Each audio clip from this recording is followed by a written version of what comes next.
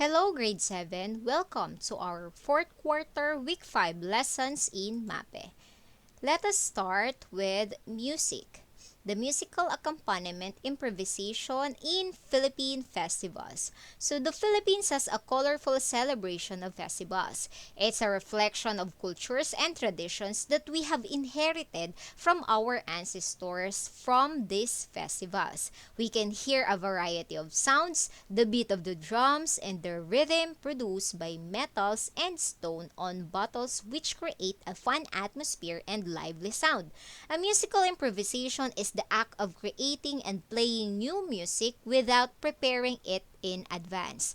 It involves creativity using the available resources at hand or the localized musical instruments, and using such instruments and your listening skills to compose music spontaneously. So for your music activity, this activity is only intended for the online class students. Here's the direction. You are just going to choose two songs from the following activity listed below. So let's say for example, you prefer to choose Ati-Atihan and Kadayawan Festival, and then try to watch on this videos. Just type this link or just go to this link for you to watch that video. So after watching the video, you are going to do the following activities. So first instruction, you need to clap the rhythmic pattern repeatedly until you become familiar with it. So, for example, you've choose an Ati-Atihan festival, then try to listen on the rhythmic pattern repeatedly. And then, once you've already know the rhythmic pattern of ati-atihan, then, here's what you're going to do. Sing the song while stamping your feet, snapping your fingers, and start to make your own rhythmic pattern. For number 2, create your own rhythmic pattern by stamping your feet and snapping your fingers. And then after that you have already your own rhythmic pattern, you can form your own group by asking help with some of your family members, maybe your siblings or with your parents, to create a different pattern and together combine your improvised rhythmic pattern. Alright, so then after that, use any localized instrument to play the rhythmic pattern while performing the song. What kind of localized instrument? You can use a spoon, fork, the improvised instrument of drums that you've used before. You can use a ball pen tapping to the table, just like that. And then, after that you have already your own rhythmic pattern, you have your improvised instrument, and by using your chants or snapping your fingers and stomping your feet, then create your own video presentation of your performance and then submit it to my FB Messenger. I repeat, that is only intended for the online class students. And then after that, you are going to what? This one is a rubric for assessment or a checklist. Now, this one is only for the teacher or for me to assess your work. A rubric in assessing your work. So I will be the one who will do this or who will check this one to assess your work. So this activity is only intended for the modular class students or for those students who are getting printed modules in our school. So here's the direction. Write some Philippine festivals that you are familiar with. And then in every column, provide localized or improvised musical instrument that can be used to accompany the festival music. So number 1 is already done for you. So this one is an example. So for example, the Ati-Atihan Festival, which is came from Aklan. What are the localized or at least 2 localized instruments that you can use in accompanying this festival music? So in here, we have here spoon and fork, right? And then we also have here a homemade drums. And then on the third column, you are going to write what would be the sound of this two localized instruments. So let's say for example, the spoon and fork, it sounds like ting ting, and for the homemade drums, it sounds like boom boom. All right, so that's how you're going to do for number 2, 3, 4, and 5. Next, after filling out this table, then you are going through this questions and answer this, such as describe the sounds from the different localized instrument. I repeat, you are going to describe the sounds from the different localized instruments. What is the difference, or how you are going to describe the sounds of spoon and fork? How you are going to describe the sounds of a ball pen and a pencil tapping on the table? How you are going to describe the sounds of the drum that you've made? All right, so number 2, try to stamp your feet and snap your fingers and then start to make your own rhythmic pattern using your instruments. Then after you have already your own rhythmic pattern, how did you feel? You are just going to write here your feelings. How do you feel while you are doing the rhythmic pattern? And then last, did you find this activity enjoyable? And then why? If you feel that you've enjoyed doing this. Next, let's proceed on arts.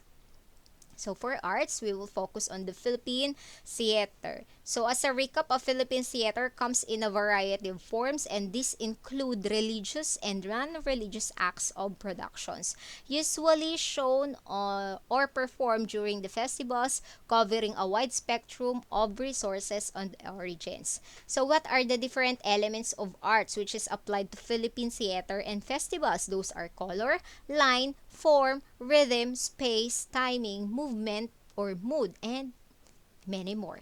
And then these are the ingredients from which works of art are made. What about the principles of art which is present in festival? Those are balance, emphasis, harmony, movement, pattern, proportion, repetition, rhythm, unity, and variety. Here are the 4 basic elements of performance art. First one is time, space, the performance body, or the presence in a medium and a relationship between performer and audience. And the performance art can happen anywhere, in any type of venue or setting, and for any length of time. All right. So, one of the Philippine performance art is the puppetry. It is one of the oldest art form in existence and is practiced all over the world. In puppetry, a drama unfolds that is entirely acted out by specific representational objects which are manipulated by a puppeteer. A puppeteer is a person who is manipulating the puppets. Alright? So, here are the different types of puppets. First one is a shadow puppets, wherein the silhouettes are projected into a screen. Next is the stick puppet. A picture is glued into a stick and may or may not have a moving parts. And then last is a finger puppet, wherein sometimes you are using socks when you are doing that. And then these are small puppets that slide onto your fingers. All right, so here is an art activity that you are going to do.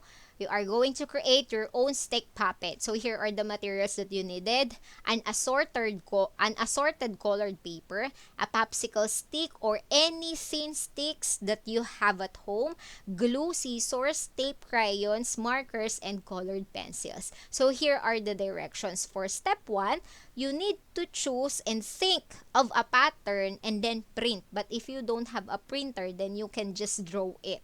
And then choose the puppets that you want to make. So this one is an example. Let's say you chose a fish. Then please draw at least two same size and same color and same shape of your work. All right?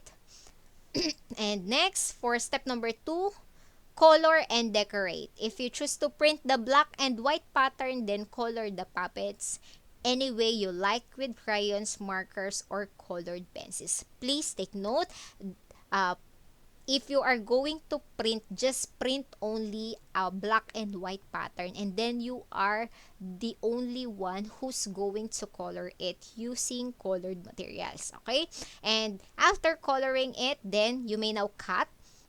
Then after cutting, you may now attach this one or paste it on a stick, and then done. You are now done. You have already the finished product. You can now use it. Alright? And then, please do not forget that your finished product should be, you need to take a picture of it and then just send it on my FB Messenger. And as what we have before, we are still using a rubric in assessing your work or your puppets. So here are the rubrics. You should have an accurate represents, the accurately represents character. It's up to you what kind of character or whose character you want to make as a puppet. And then one another category is the construction, wherein you will be given an excellent if your puppet is constructed very well. And if you have the original and creativity, you have the originality and creativity in doing your puppet. Alright, so let's move on. PE, we still here in Tinalobong dance, but we will move forward on figure number 4. Last week, if you still remember, we've done with the introduction, figure 1, figure 2, and figure 3. So this time, we will just focus on figure 4. So here's how you're going to do it. Starting with right foot, take 4 tinalobong steps forward. Do the same hand movements as in figure 1. So that is 4 measures only. Then the girl turns right about so that partner's right shoulders are toward each other. Starting with right foot, take 4 tinalobong steps going around once clockwise with same hand movements, and then take a bigger steps. That is another 4 measure. And after practicing this one, I know that it is more understandable if you will watch a video. I'll just send you again the video of it, of this figure 4 on our Mapeh GC. Alright? Or much better if you will attend on my online class on Thursday.